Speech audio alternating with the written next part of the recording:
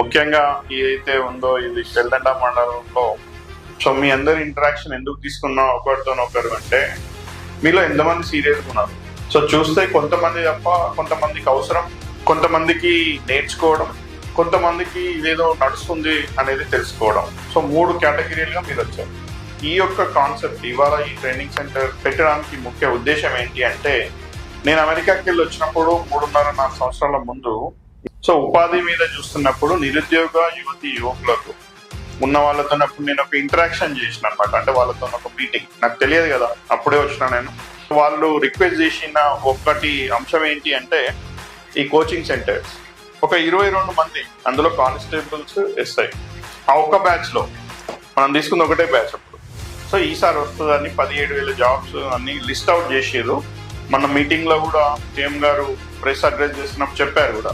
So good luck. మరి నాగరికర్ణను నువ్వు కొట్టాలి కాబట్టి సో గట్టిగా ప్రయత్నం చేయి. ప్రతి ఒక్కొక్కడు ఒక 100 గ్రాండ్ టెస్టులు రాసి కూర్చున్నారు అలా చూస్తే హైదరాబాద్. మనం కంపీట్ చేస్తున్నాం వాళ్ళతోనే కదా. మనం వెల్దండ నుంచి ఏం చేయగలుగుతాం అనేది వాళ్ళకు కూడా తెలియదు. కానీ ఒక 60 రోజులు 18 గంటలు చదివితే జాబ్ వచ్చే అవకాశం ఉంది కదా. ఓకేనా? Thank you.